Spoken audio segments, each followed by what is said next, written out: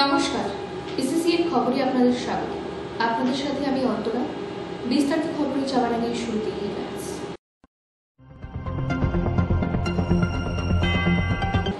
রাসমেলায় police দ্বারা আক্রমণ হন পৌরসভার কর্মীরা।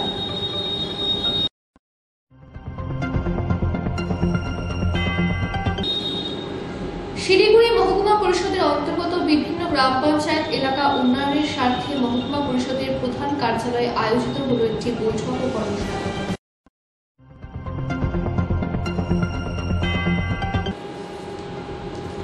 সাফাই কর্মী ও হরিজন সমাজের উন্নয়নের দাবিতে পথে নামতে চলেছে Uttarbanga passport and Harijan welfare organisation. আসছে বিস্তারিত খবরে। রাসমেলায় পুলিশ দ্বারা আক্রমণ হন পৌরসভার কর্মীরা। এরই প্রতিবাদে আজ অনির্দিষ্টকালের জন্য পৌরসভা বন্ধ রেখে সারা শহর জুড়ে প্রতিবাদ মিছিল সংগঠিত করেন। মিছিল শেষে পুলিশ সুপারের দপ্তরের সামনে বিক্ষোভ দেখান পৌরকর্মীরা জানান, মেলার শেষে পুলিশ দ্বারা তারা নির্যাতিত হয়েছে, সেই দোষী পুলিশের শাস্তির দাবিতে তারা তাদের কাজ বন্ধ রেখে বিক্ষোভ দেখাচ্ছে। সোমবার রাসমেলার মাঠে পুলিশ কর্মী দ্বারা পৌরসভার কর্মচারী আক্রান্ত, ব্যবসায়ী বন্ধুরা আক্রান্ত, ব্যবসায়ী বন্ধুদের মাল লুট করা হয়েছে পুলিশের উপস্থিতিতে। তারই বিরুদ্ধে আমাদের আজকের বিক্ষোভ মিছিল। আমরা ধিক্কার জানাই। বর্তমানে যে পুলিশ হামলাকারী পুলিশ, তাদেরকে আমরা ধিক্কার জানাই। পৌরসভার কর্মচারী, আমরা সর্বস্তরের কর্মচারী, আমরা কর্মবিরতি পালন করছি। শুধুমাত্র জল এবং বিদ্যুৎ বাদ দিয়ে সারা শহরের পরিষেবা বন্ধ থাকবে যতক্ষণ পর্যন্ত নাই পুলিশ অফিসার যারা হামলা করেছে তাদের বিচার হবে না।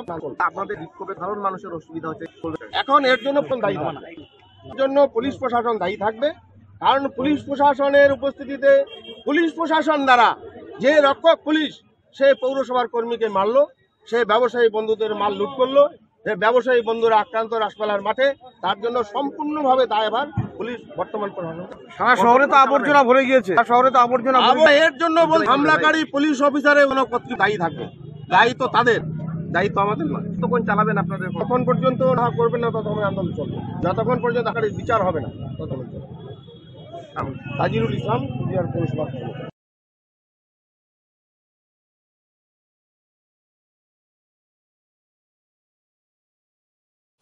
পিসিসিএন খবর ৩হাটা।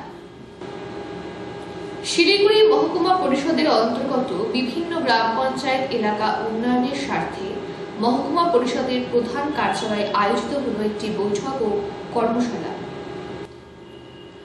জানা গিয়েছে, গ্রামীণ এলাকা উন্নয়নের জন্য রাজ্য সরকারের পক্ষ থেকে আর্থিক বর্ষের বিভিন্ন কাজের জন্য টাকা বরাদ্দ করা হয়েছে। সেই সমস্ত অর্থ কোন খাতে কিভাবে ব্যবহার করা হবে সেই বিষয় নিয়ে বিস্তারিত আলোচনা হয় এই দিনের বৈঠকে। মঙ্গলবার আয়োজিত এই বৈঠকে উপস্থিত ছিলেন শিলিগুড়ি মহকুমা পরিষদের সভাধিপতি অরুণ ঘোষ, সহসভাধিপতি রোমা রেশমি একা সহ অন্যান্য আধিকারিকেরা। সংবাদ মাধ্যমের মুখোমুখি হয়ে অরুণ ঘোষ জানিয়েছেন, গ্রামীণ এলাকা উন্নয়নের জন্য রাস্তাঘাট উন্নয়ন সহ একাধিক পরিকল্পনা নেওয়া হয়েছে। সেই পরিকল্পনা অনুযায়ী অর্থ বরাদ্দ করে কাজ হবে। পিসিসিএন খবর ৩হাটা। সাফাই কর্মী ও হরিজন সমাজের উন্নয়নের দাবিতে পথে নামতে চলেছে Uttarbanga passport and Harijan welfare organisation. মঙ্গলবার দুপুরে শিলিগুড়ি জার্নালিস্ট ক্লাবে সংবাদ মাধ্যমের মুখোমুখি হয়ে সংগঠনকে জানানো হয়, আগামী ২৬শে ডিসেম্বর কোচবিহারের গান্ধী মূর্তির পাদদেশ থেকে শিলিগুড়ির উত্তরকন্যা পর্যন্ত একটি পদযাত্রা করবে তারা। সংগঠনের দাবি, এর আগেও একাধিকবার সাফাই কর্মীদের উন্নয়নের দাবিতে সরকারকে চিঠি দেওয়া হলেও সরকার এখনো পর্যন্ত তাদের উন্নয়নে কোনো কাজ করেনি। তাই এবার পথে নামবে সংগঠন। আমরা গত 24/11/2023 তারিখে কলকাতা প্রেস মিট ক্লাবে আমরা সাংবাদিক সম্মেলনের মধ্য দিয়ে বলেছিলাম যে আমাদের যে সমাজ, সাফাই কর্মী সমাজ, এই সমাজের সার্বিক উন্নয়নের জন্য যেহেতু আমাদের এমএলএ এমপি না থাকার কারণে আমরা বিভিন্ন সমস্যার সম্মুখীন। আমরা চাচ্ছি সরাসরি মাননীয় মুখ্যমন্ত্রী মহাশয়কে সাক্ষাৎ আলোচনার মধ্য দিয়ে ওনাকে আমাদের সমাজের দুঃখ দুর্দশাগুলো জানানোর জন্য, যেটা আমরা 2014 থেকে করে আসছি। বিভিন্ন কার্যালয়ে নর্থ বেঙ্গলের প্রত্যেক ডিএম অফিসে, সিএমওএইচ অফিসে, পৌরমন্ত্রীর কাছে, পৌর কার্যালয়ে এমনকি বিসিডব্লিউ ডিপার্টমেন্টে, এমনকি স্বাস্থ্য ভবনে, এমনকি মিউনিসিপ্যাল অ্যাফেয়ার্সে, এমনকি উত্তরকন্যা, এমনকি নবান্নে, এমনকি কালীঘাটেও আমরা দিদির বাসভবনেও আমরা আমাদের আবেদন জমা দিয়ে আসতেছি যে আমাদের সমাজের সার্বিক উন্নয়নের জন্য আপনার সাক্ষাৎ আমাদের খুবই জরুরি। আমরা আমাদের সমাজের বিষয়টা আপনারা জানাতে চাই এবং আপনার সাক্ষাৎ এবং আমাদের সমাজের উন্নয়ন যাতে হয়, এটাই হচ্ছে আমাদের লক্ষ্য। আজকে কেন প্রেস মিটটা করছেন? আমরা যেহেতু 24 তারিখে গত মাসে করছিলাম, আমাদের আশা ছিল 1 মাসের সময় দিয়েছিলাম 25শে ডিসেম্বর পর্যন্ত। তো আজকে 19শে ডিসেম্বর, আর 6টা দিন বাকি। আমরা কোনো উত্তর পাইলাম না কোনো কার্যালয় হইতে, মাননীয় মুখ্যমন্ত্রীর কার্যালয় হইতেও কোনো কিছু পাইলাম না, যার কারণে আমরা বাধ্য এবং দুঃখের সহিত জানাচ্ছি যে আমরা আগামী 26শে ডিসেম্বর কুচবিহারের গান্ধীজির পাদদেশ হইতে উত্তরকন্যা শিলিগুড়ি পর্যন্ত আমরা পদযাত্রার মাধ্যমে আসব এবং উত্তরবঙ্গ উন্নয়ন মন্ত্রী যিনি সম্মানীয় আছেন ওনার হাতে আমরা পুনরায় সেই স্মারকলিপি জমা দেব। আপনার নাম? আমার নাম গৌতম বাসপুর। আপনি? আমি north Bengal Baspur and Harijan welfare অর্গানাইজেশনের কোর কমিটির সম্পাদক। ইসিসিএন খবর দিনহাটা। চলতি মাসের 12 তারিখ শিলিগুড়ির ডাবডা মাতৃসদনের সামনে থেকে একটি টোটো চুরি যাওয়ার ঘটনা ঘটে। টোটো চুরি যাওয়ার ঘটনার লিখিত অভিযোগ করেন মাম্পি বর্মন শিলিগুড়ি থানায়। লিখিত অভিযোগের ভিত্তিতে তদন্ত শুরু করে শিলিগুড়ি থানার পুলিশ। তদন্তে নেমে শিলিগুড়ির জলেশ্বর এই এলাকা থেকে আবির গুহকে গ্রেফতার করা হয়। আবির গুহকে জিজ্ঞাসাবাদ করে জানা যায় তার সাথে এই ঘটনায় আরো 2 জন জড়িত রয়েছে। একজনের নাম শ্যামল রায় ও অপরজন প্রসেনজিৎ রায়। চলতি মাসের 15 তারিখ এই 2 জনকে ময়নাগুড়ির দমখনি থেকে গ্রেফতার করা হয়। পরবর্তীতে এই 3 জনকে জিজ্ঞাসাবাদ করে ময়নাগুড়ি দমখনি এলাকা থেকে 7টি টোটো উদ্ধার করে শিলিগুড়ি থানার পুলিশ।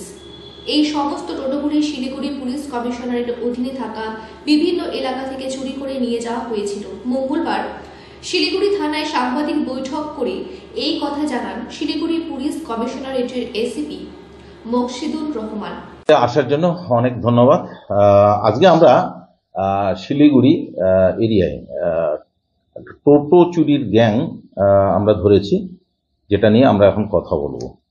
এটা গত 12 তারিখে, এই ডিসেম্বরের 12 তারিখে একটা কমপ্লেন আসে শিলিগুড়ি থানায়। মাম্পি বর্মন বলে একজন কমপ্লেন করে যে তার টোটো মাতৃসদন হসপিটাল, ডাবগ্রাম মাতৃসদন হসপিটাল আছে, সেখান থেকে চুরি যায়। সেটা আমরা কেসটা রেকর্ড করি। রেকর্ড করে আমাদের তদন্তের দায়িত্ব দেওয়া হয়েছিল শিলিগুড়ি থানার এএসআই দেবাশিস দাসকে। সেই অনুযায়ী দেবাশিস দাস এবং আমাদের পিসি টিম এবং শিলিগুড়ি থানার অফিসার্সের টিম এর পিছনে লেগে যায়। তদন্ত শুরু হয় এবং পিসি টিম ছানবিন করে প্রথমে আমরা আবিরকে ধরি। আবির গুহ, যার বাড়ি জলেশ্বরী সারদা মোড়, 80 ঘর, ভক্তিনগর থানার এলাকা। তারপর তার স্টেটমেন্টের ভিত্তিতে আমরা পরবর্তীতে শ্যামল রায় আর প্রসেনজিৎ রায় বলে ময়নাগুড়ি দোমোহনী বাড়ি, এই 2 জনের, এদেরকে আমরা ধরি এবং এরা স্বীকার করে যে টোটো বিভিন্ন সময় এরা চুরি করেছিল।